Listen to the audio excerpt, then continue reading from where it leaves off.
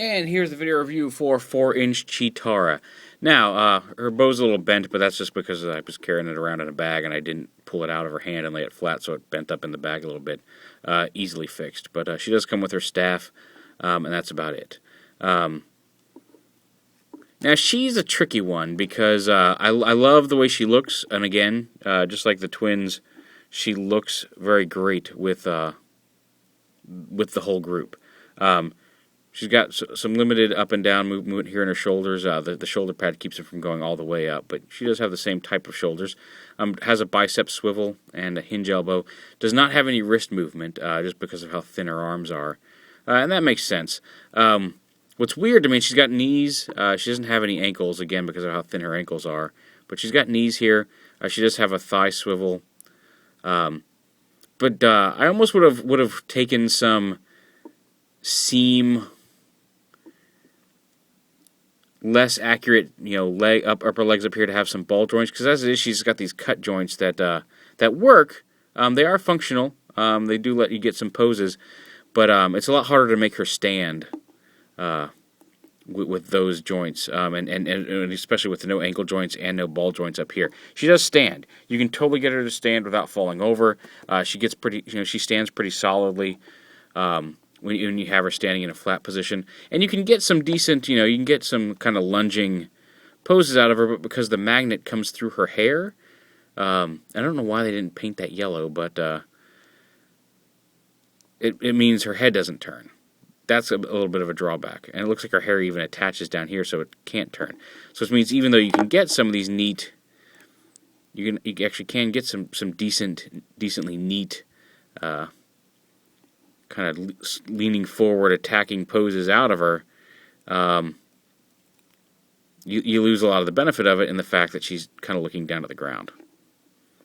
So, Cheetara, I will admit, is a little disappointing as a 4-inch figure. For playability, like I said, I think she looks great with the rest of the team, and for that reason alone, I like her. Obviously, if they make a 6-inch one, I'd be more inclined to pick that one up because this one does have a few flaws. Yeah, there we go. And then, like I said, once you get her standing, she stands just fine, but you do have to get those legs back into a pretty... There we go. Lined up just right. And it's just weird. I almost would have preferred to have a straight cut there instead of an angle cut lower down. Like, I get the cut right at the hip. I don't know why the mid-thigh bit is so... If you want to have her sit down, it's cut at an angle as well. But, so there you have it. So, a little disappointing on the posability there on Cheetara. Especially for someone who's supposed to be like the crazy warrior monk, can do anything, can leap and climb and twist around and fight, and supposed to be like the acrobatic fighter, and she's the one that can't move her legs.